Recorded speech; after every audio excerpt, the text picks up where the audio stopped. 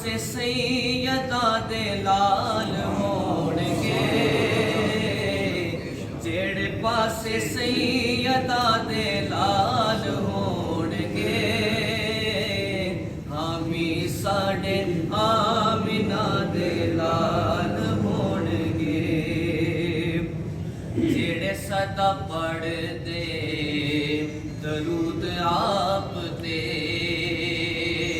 ਜਿਹੜੇ ਸਦਾ ਪੜ੍ਹਦੇ ਦਰੂਦ ਆਪ ਤੇ, ਜਿਹੜੇ ਸਦਾ ਪੜ੍ਹਦੇ ਦਰੂਦ ਆਪ ਤੇ, ਜਿਹੜੇ ਸਦਾ ਪੜ੍ਹਦੇ ਦਰੂਦ ਆਪ ਤੇ, ਜੰਨਤਾਂ ਚ ਮੁਸਤਫਾ ਦੇ ਨਾਲ ਹੋਣਗੇ, ਜੰਨਤਾਂ ਚ ਮੁਸਤਫਾ ਦੇ ਨਾਲ ਹੋਣਗੇ, ਹਾਮੀ ਸਾਡੇ ਆਮਿਨਾ ਦੇ ਲਾਲ ਹੋਣਗੇ।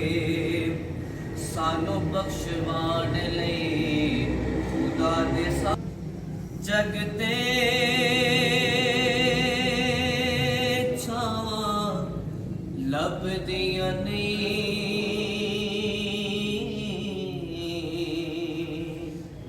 ਟੁਰ ਜਾਵਨ ਇੱਕ ਵਾਰ ਤੇ ਮਾਵਾਂ ਲੱਭਦੀਆਂ ਨਹੀਂ, ਹਾਏ